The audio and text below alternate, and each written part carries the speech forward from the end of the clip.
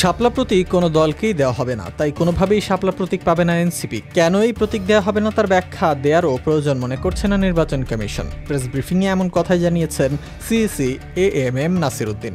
এদিকে জাতীয় ফুল শাপলাকে দলের প্রতীক হিসেবে পেতে এনসিপি অবস্থানে। শীঘ্রই প্রধান উপদেষ্টা ডক্টর মোহাম্মদ ইউনূসের সঙ্গে সাক্ষাতের মাধ্যমে ইস্যুটির মীমাংসা করা হবে বলে জানিয়েছে দলটির শীর্ষ নেতারা।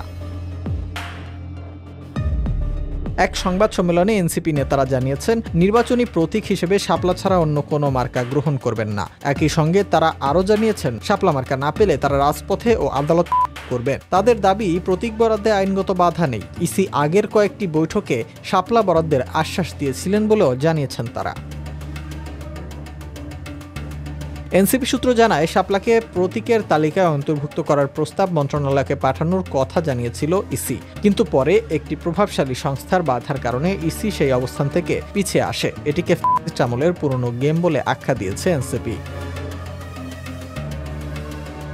22 জুন দল নিবন্ধনের আবেদন করার সময় শাপলার পাশাপাশি বিকল্প প্রতীকের তালিকায় কলম অথবা মোবাইলও উল্লেখ করেছিল এনসিপি। তবে 22 সেপ্টেম্বর থেকে শাপলা প্রতীক নিয়ে ঝুঁকির সৃষ্টি হয়। কমিশনের আপত্তির পরেও এ নিয়ে ইসি কার্যালয়ে চিঠি দিয়েছেন নাহিদ ইসলাম। চিঠিতে দাবি করা হয়, জাতীয় প্রতীকের 4টি স্বতন্ত্র উপাদানের মধ্যে শাপলা একটি। অন্যান্য উপাদানগুলোর মধ্যে ধানের শীষ বিএনপির কাছে এবং তারা প্রতীক জেএসডির কাছে বরাদ্দ দেওয়া হয়। জাতীয় ফুল শাপলাকে কোনো রাজনৈতিক দলের প্রতীক হিসেবে তালিকাভুক্ত করা যেতে পারে এবং এতে কোনো আইনি বাধা নেই বলে দাবি তাদের।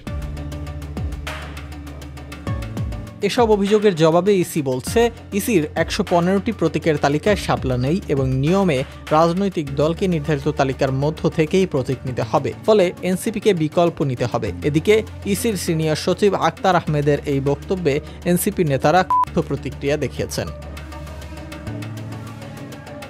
নাম প্রকাশে অনিচ্ছুক দলটির এক সিনিয়র নেতা বলেন, বর্তমান ইসি বাইরের স্বাধীনতার কথা বললেও তারা নির্দিষ্ট একটি দলের পক্ষে অবস্থান নিয়েছে। পদপদবীর লোভে তারা পক্ষপাতিত্ব দেখাচ্ছে। তবে ইসি শেষ পর্যন্ত শাপলা বরাদ্দ দেবে বলে আশাবাদ ব্যক্ত করেছেন কোনো নেতা। তবে যদি তা না হয়, সামনে ছাড়া আর কোনো পথ খোলা নেই বলে মনে করছেন তারা। দলের আরও এক শীর্ষ নেতা বলেন, শাপলা পাওয়া বা না পাওয়া গেলে এটি আমাদের টিকে থাকার পরীক্ষা।